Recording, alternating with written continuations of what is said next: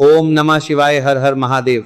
है कि 16 मई 2026 यानी शनिवार को पड़ रही है ज्येष्ठ माह की शनिश्चरी अमावस्या व्रत और वट सावित्री व्रत। और दोस्तों, यह वह तिथि है जो ज्येष्ठ माह में पड़ने वाली सबसे बड़ी तिथि है, क्योंकि यह शनिवार के दिन पड़ रही है और इसका बहुत ही बड़ा और विशेष महत्व होता है। पूज्य गुरुजी ने कहा है कि अगर कभी भी मौका लग जाए और ज्येष्ठ महीने की शनिश्चरी अमावस्या शनिवार को पड़ जाए तो आप लोगों को सरसों की तेल वाला उपाय तो अवश्य ही करना चाहिए। इन दोनों तिथियों का संयोग बहुत ही कम आता है।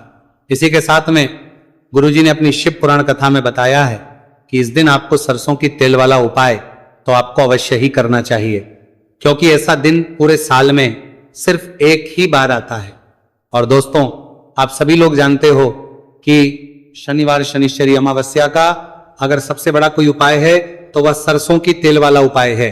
तो दोस्तों, शनिश्चरी अमावस्या के दिन आप लोगों को इस सरसों की तेल वाला उपाय को जरूर करना है। बहुत सारे लोग होंगे जिन लोगों ने इस उपाय को ना किया हो, मतलब पूरा साल निकल गया, उन्होंने किसी भी दिन इस सरसों की तेल वाला उपाय को ना किया हो। पर दोस्तों, आपके पास एक मौका बचा हुआ है, जो कि 16 मई 2026 शनिवार शनिश्चरी अमावस्या के दिन है। इस दिन आप लोगों को इस वाले उपाय को जरूर कर लेना है। भले ही आपने पूरे महीने भर इस उपाय को ना किया हो, पर अगर आपने इस ज्येष्ठ महीने के शनिवार शनिश्चरी अमावस्या के दिन अगर इस वाले उपाय को कर लिया तो आपको इस उपाय को करने का वह फल मिलेगा जिसकी आपने कभी कल्पना भी नहीं करी होगी। इसीलिए आप लोग इस वाले उपाय को एक बार जरूर कर लेना है, ताकि आप लोगों के हाथ से यह मौका ना जा सके और आपको इस उपाय करने का फल मिल सके। दोस्तों, यह उपाय पंडित जी ने अपनी अभी की ही श्री शिव महापुराण की कथा में बताया है जी। इस उपाय को आज हम आपको बहुत अच्छे से समझाने वाले हैं।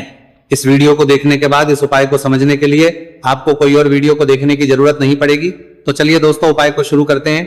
देखिए, ये इस ज्येष्ठ महीने के शनिवार शनिश्चरी अमावस्या के दिन ये इतना खास होता है, इतना महत्वपूर्ण होता है। देखा गया है कभी कभी बड़े बड़े पूजा पाठ अनुष्ठान जो मनोकामना पूर्ण नहीं होते, वह ज्येष्ठ महीने की शनिवार शनिश्चरी अमावस्या के दिन एक छोटे उपाय करने से ही आपकी मनोकामना पूर्ण हो जाती है। और बहुत सारे लोगों ने इस उपाय को किया भी है और उनको इस उपाय को करने का फल भी जरूर मिला है। अगर आप लोग भी इस उपाय को करना चाहते हैं तो आप इस उपाय को पहले अच्छे से समझ लेना, सुन लेना, उसके बाद करना। आपको इस उपाय का फल जरूर मिलेगा। और इस उपाय को कर लेने से आपके घर में चाहे किसी भी प्रकार की दुहक और समस्या क्यों ना चल रही हो, आप उसका कारण भी नहीं पता है कि भाई ये समस्या किस कारण से चल रही है, उसका कुछ भी कारण हो सकता है, जैसे पितृदोष हो सकता है या किसी भी तरह का मंगल दोष भी हो सकता है। तो इस दिन आप लोगों को ये वाला उपाय कर लेना है। ये एक ऐसा उपाय है जिस उपाय को अगर किसी विशेष दिन पर किया जाए तो भाई उस विशेष दिन का जो है वो तो हमें मिलता ही मिलता है, पर हमने उस दिन पर इस उपाय को किया है तो हमें उससे भी बड़ा फल मिलता है और फल बहुत जल्दी मिलता है, क्योंकि आप उपाय को बहुत ही बड़े और विशेष दिन पर कर रहे हो। तो चलिए अब के बारे में बात करते हैं, लेकिन उससे पहले आप लोगों को यह जानना आवश्यक है कि आखिर ये उपाय किस समय करना है, किसको करना है और कैसे करना है। तो चलिए हम आगे आपको वीडियो में एक एक करके बता देते हैं। लेकिन उससे पहले अगर आप लोग हमारे चैनल पर पहली बार आए हैं या फिर मेरी आवाज आज पहली बार सुन रहे हैं तो हमारे चैनल को सब्सक्राइब जरूर कर लेना और इस वीडियो को लाइक करके कमेंट बॉक्स में श्री शिवाय नमस्तु भयम ओम नमः शिवाय टाइप कर देना। तो सरसों की तेल वाला उपाय को हमें इस शनिवार शनिश्चरी अमावस्या के दिन कैसे करना है, किसको करना है, किस समय करना है और कहां पर करना है, ये सारे सवालों के जवाब आपको इस वीडियो में मिल जाएंगे। और जो ये वीडियो देखेगा भाई, उसको सरसों की तेल वाला उपाय जरूर करना चाहिए, क्योंकि इस दिन सरसों के तेल का भी बहुत ही बड़ा और विशेष महत्व होता है। और जब बात आ जाए सरसों की तेल वाला उपाय की तो यह सोने पे सुहागा वाली बात हो जाती है। एक ही बड़ा उपाय हो जाता है शनिवार शनिश्चरी अमावस्या का। तो दोस्तों, इस सरसों की तेल वाला उपाय को आखिर करना किसको है, सबसे पहले हम लोग वो बात जान लेते हैं। तो देखो, घर की जो बड़ी माताएं बहनें होती हैं, उन माताओं बहनों में से कोई भी एक बड़ी माता बहन इस वाले उपाय को कर सकती है। और दोस्तों, अगर आप चाहें तो अपने घर में से सभी सदस्यों को भी इस उपाय को करवाए सकते हैं। अगर किसी व्यक्ति की खुद की कोई मनोकामना है, खुद की कोई दुख और परेशानी है जो कि वो अपने लिए ही करना चाहता है इस वाले उपाय को, तो वह खुद अपने लिए भी कर सकता है। बाकी अगर कोई घर में से ऐसा है जो कि अपने पूरे घर परिवार की सुख और शांति के लिए ये वाला उपाय करना चाहता है, तो भाई वो भी कर सकता है, उसमें भी कोई दिक्कत वाली बात नहीं है। कहने का मतलब यह है कि इस उपाय को हर एक सदस्य भी कर सकता है और पूरे घर परिवार के सदस्य के लिए, घर की बड़ी माताओं बहनों में से कोई एक माता बहन भी सकती है। माताएं एवं बहनें अगर घर में उपस्थित ना हो या वह ये वाला उपाय ना कर पा रही हो, तो फिर घर का कोई बड़ा सदस्य भी इस सरसों की तेल वाला उपाय को कर सकता है, चाहे फिर वह पुरुष ही क्यों ना हो, उसमें कोई भी दिक्कत वाली बात नहीं है। उसके बाद में दोस्तों जो अगला प्रश्न निकल कर आता है वह ये आता है इस उपाय को लेकर के, आखिर इस उपाय को हमें किस समय करना है, सुबह के समय करना है कि शाम के समय करना है। तो देखो इस वाले को आप लोग सुबह के समय भी कर सकते हो और शाम के समय प्रदोष काल में भी कर सकते हो। अब अगर आप पूछो कि भाई सब सबसे उत्तम समय कौन सा रहेगा इस सरसों की तेल वाला उपाय को करने का, तो हम आपसे बस यही कहेंगे कि इस उपाय को आप सुबह के समय करेंगे तो ज्यादा बेहतर होगा। बाकी अगर प्रदोष काल शाम के समय भी करेंगे तो भी अच्छा होगा, उसमें कोई भी दिक्कत वाली बात नहीं है। तो अब दोस्तों जो अगली सबसे बड़ी और महत्वपूर्ण बात है वो ये आती है कि सुबह अगर हम उपाय को करेंगे तो हमें कितने बजे से लेकर कितने बजे तक के बीच में करना है, और समय प्रदोष काल में करेंगे तो हमें कितने बजे से लेकर कितने बजे के बीच में करना है। तो देखो सुबह जितनी जल्दी हो सके आप उपाय को करने की कोशिश करना। बाकी अगर किसी कारणवश लेट भी हो जाओ, थोड़ी देर भी हो जाए, तो 10 या 11 बजे तक भी आप उपाय कर लेना, पर 12 बजे से ज्यादा देरी ना हो, इस बात का ध्यान रखना। उसके बाद में दोस्तों अगर शाम के समय प्रदोष काल की बात करें, प्रदोष काल का जो समय है होता है वो शाम के 6 बजे से शुरू हो जाता है। मतलब शाम के 6 बजे से लेकर 7 बजे के बीच का जो समय होता है ये समय प्रदोष काल का समय होता है। आप इस उपाय को 7 या 8 बजे के बीच में भी कर सकते हो। मतलब शाम के 6 बजे से रात 8 बजे के बीच में आप कभी भी इस वाले उपाय को कर सकते हो, उसमें कोई भी दिक्कत वाली बात नहीं है। अब देखिए शनिवार शनिश्चरी अमावस्या के दिन इस उपाय को करने से, जो सरसों की तेल वाला उपाय को करने से आप अपने जीवन में धन को आता हुआ भी देखेंगे और देखेंगे कि आपकी तिजोरी बहुत बहुत ही जल्दी धन से भरती चली जाएगी, क्योंकि शनिवार का दिन समर्पित होता है शनिदेव को और साल 2026 शनि का ही साल है। और साथ ही साथ जो लौंग का उपाय आपको बताने जा रहे हैं यह शिव शक्ति का है। अब देखिए जब भी का उपाय करेंगे और सरसों के तेल के साथ करेंगे, शनिवार के दिन करेंगे, तो चमत्कार ऐसा होगा ना जीवन में कि विश्वास कर नहीं पाएंगे। ऐसा उपाय आज की वीडियो में आपको बताने वाले हैं कि सिर्फ सरसों के तेल में लौंग डालने से ही आप अपने जीवन में देखेंगे कि हर तरफ से पैसा आना शुरू हो जाएगा, कर्ज जैसी बड़ी बड़ी समस्याएं भी जीवन से दूर हो जाएंगी। अब सबसे पहले आपको बता दें, देखिए भी व्यक्ति की कुंडली में अगर शनि दोष होता है तो जीवन पूरी तरह कष्टों से भर जाता है, उसे आर्थिक तंगी का सामना करना पड़ता है, उसके घर में बीमारियां भी आती हैं, उसका हर तरफ से नुकसान होता है, बाधाएं उसे घड़ती हैं, वो अपने जीवन के कष्टों से इतना ज्यादा परेशान हो जाता है कि हर प्रकार का उपाय करता है, सब कुछ करता है। वह व्यक्ति जिसके जीवन में दुख और कष्ट बढ़ जाते हैं, अब यह सच भी है कि शनि की पीड़ाएं जब किसी को परेशान करती हैं तो व्यक्ति हर तरफ से दुखी हो जाता है। लेकिन आपको बता दें, अगर कोई भी व्यक्ति शनि देव को प्रसन्न कर ले तो सुख और समृद्धि भी इतनी आती है घर में कि व्यक्ति संभाल नहीं पाता है, धन इतना आता है कि संभाल नहीं पाता है। अब साल 2026 में शनि देव को जो प्रसन्न कर लेता है उसके जीवन के कष्टों को दूर होने में जरा सी देर नहीं लगती। तो चलिए बात कर लेते हैं सबसे पहले उपाय कि एक लौंग सरसों के तेल के दीपक में कैसे डालनी है और उपाय को किस तरह से आपको करना है। देखिए बहुत बार क्या होता है कि घर के लड़ाई झगड़े जो है ना ये बढ़ते ही चले जाते हैं, घर में नकारात्मक ऊर्जा बढ़ जाती है, हर टाइम घर में क्लेश हो रहा है, तो ऐसे घर में हमेशा धन की कमी होती है, हमेशा ऐसे घर में पैसे की कमी होती है, क्योंकि ऐसे घर में कभी भी मां लक्ष्मी वास नहीं करती है। अब सबसे पहले अपने घर के लड़ाई झगड़े को दूर करिए, आपके घर में पैसा खुद आना शुरू हो जाएगा। तो आपको करना क्या है, आपको लेना है सरसों का तेल, छोटी सी कटोरी में सरसों का तेल ले लीजिए और उसके अंदर आप एक छोटी सी लौंग डाल दीजिए। अब मिट्टी का छोटा सा दीपक लेना है। यह दीपक आपको इसी सरसों के तेल से भरना है। जो सरसों का तेल लिया है आपने, जिसमें एक लौंग डाली है फूल वाली, आपको क्या करना है, उसी दीपक के अंदर डालना है। ठीक है ना। आप यहां पर अगर 2 लौंग ले लेते हैं तो भी बहुत उत्तम है। 1 लौंग चाहे तो 1 डाल दे, वरना 2 लौंग भी आप डाल सकते हैं। अब आपको क्या करना है, यह दीपक आपको लेकर जाना है शनिवार के दिन शाम के समय में शनिदेव के मंदिर में। देखिए, देव के मंदिर का मतलब है जहां भी शनिदेव की कोई मूर्ति हो, कोई प्रतिमा हो, कोई शिला हो। ठीक है ना। तो ऐसे मंदिर में आपको जाना है और शनिदेव के मंदिर में जाकर यह दीपक आपको जलाना है। शनिदेव से क्षमा याचना जरूर करनी है आपको। ठीक है ना। हमेशा आप जब भी शनिदेव से जुड़े हुए उपाय करेंगे, आपको शनिदेव की आंखों में बिल्कुल नहीं देखना है। उनके चरणों की तरफ देखते हुए आपको यह दीपक जलाना है, शनिदेव से क्षमा याचना करनी है और फिर अपने घर पर आना है। इस उपाय को शनिवार के दिन करिए और फिर चमत्कार, मतलब ऐसे ऐसे चमत्कार जीवन में होंगे कि बड़े से बड़े दुहक और कष्ट भी बहुत जल्दी आपके जीवन से दूर हो जाएंगे। तो शनिदेव की कृपा ऐसी ही होती है, जब वो किसी से प्रसन्न होते हैं ना, तो उसके पूरे जीवन को धन सुख समृद्धि से भर देते हैं।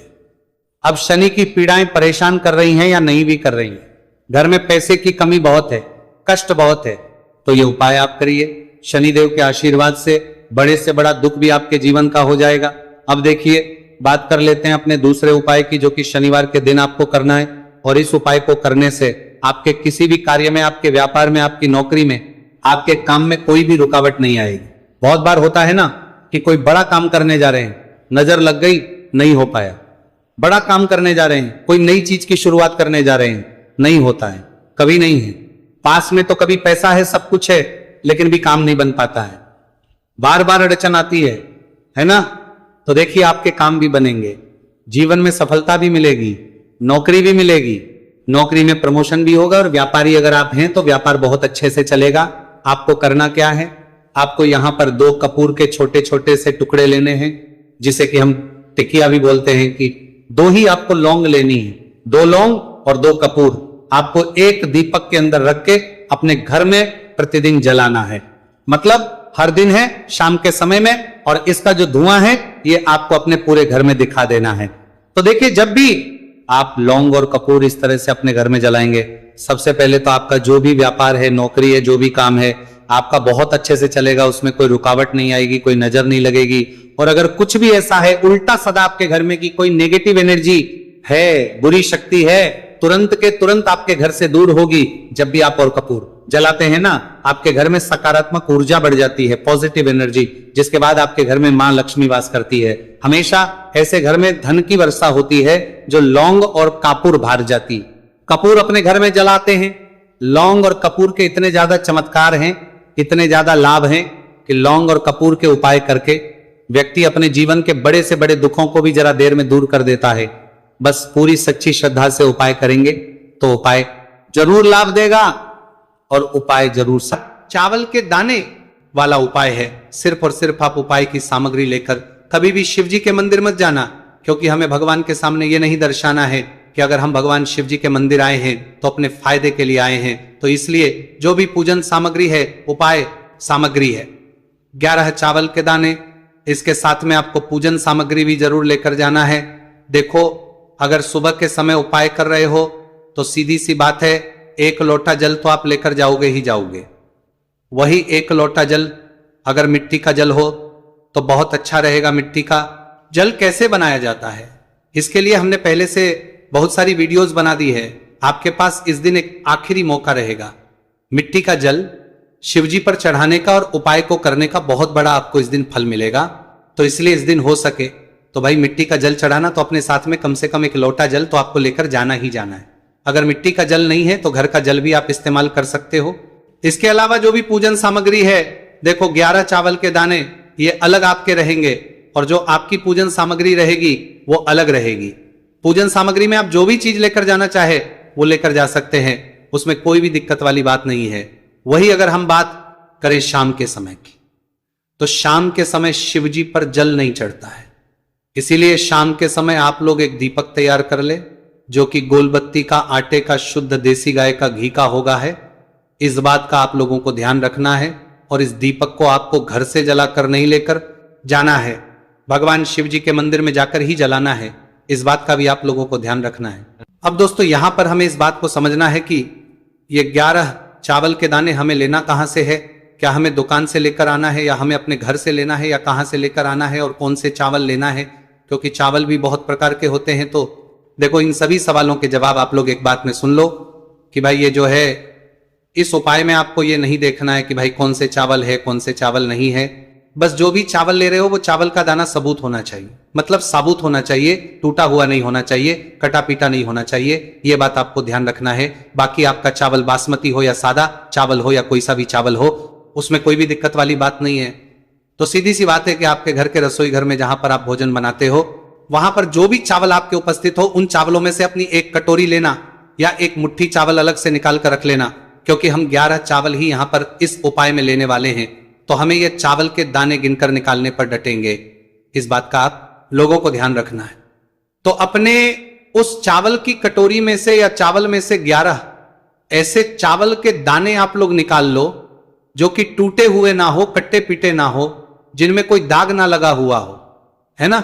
अच्छे साबुत चावल के दाने 11 दाने आप लोग निकाल कर रख लो और इन किसी भी एक कागज की पुड़िया में या किसी एक छोटी सी कटोरी में आप लोग रख लो ताकि यह सुरक्षित रहे, आपके एक भी चावल का दाना इधर उधर ना हो और आपका उपाय भी पूरा अच्छे से हो जाए।